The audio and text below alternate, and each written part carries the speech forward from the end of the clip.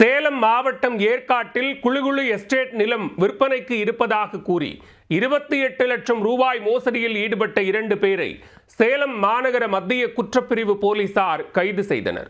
ஏற்காட்டில் எஸ்டேட் ஆசை காட்டி பண மோசடியில் ஈடுபட்ட கும்பலின் பின்னணி என்ன? சேலம் சூரமங்கலத்தைச் சேர்ந்தவர் சந்திரசேகரன்.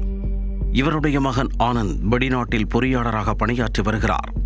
அங்கிருந்து அவர் அனுப்பிய பணத்தை கொண்டு ஏற்காட்டில் எஸ்டேட் வாங்க சந்திரசேகரன் முடிவு செய்துள்ளார். இதற்காக அவர் சேலம் சாரதா கல்லூரி சாலையில் இயங்கி வரும் வெலோசிட்டி டெவலப்பர்ஸ் லேண்ட் ப்ரமோட்டர் நிறுவனத்தை அணுகியுள்ளார்.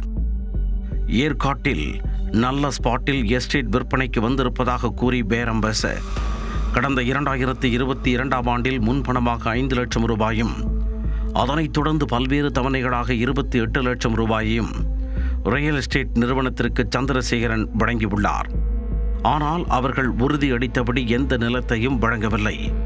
இதுகுறித்து சந்திரசேகரன் கேட்டபோது நிறுவனத்தின் உரிமையாளர் நீதிமணி, பாண்டியன் ஆகிய இருவரும் கொலை மிரட்டல் விடுத்ததாக கூறப்படுகிறது. இதனால் தான் ஏமாற்றப்பட்டதை உணர்ந்த சந்திரசேகரன் சேலம் மாநகர மத்திய குற்றப்பிரிவு போலீசில் புகார் அளித்தார். புகாரின் பேரில் விசாரணை நடத்த இன்ஸ்பெக்டர் சந்திரகலா தலைமையில் தனிப்படை அமைக்க காவல் ஆணையாளர் உத்தரவிட்டார். அவர்கள் நீதிமணி, பாண்டியன் இருவரையும் பிடித்து விசாரிக்க மோசடியில் ஈடுபட்டது உறுதியானது. இதனையடுத்து இருவரையும் கைது செய்து நீதிமன்றத்தில் ஆஜர்படுத்தி சிறையில் அடைத்தனர். ஏற்கனவே இவர்கள் மீது மதுரை மாநகர மத்திய குற்றப்பிரிவில் 18 கோடி ரூபாய் நில மோசடியில் ஈடுபட்டதாக வழக்கு உள்ளது. இதேபோல் சென்னை, கோவை, திருச்சி உள்ளிட்ட இடங்களில் நில மோசடி வழக்கும் நிலுவையில் இருப்பது விசாரணையில் தெரிய வந்துள்ளது.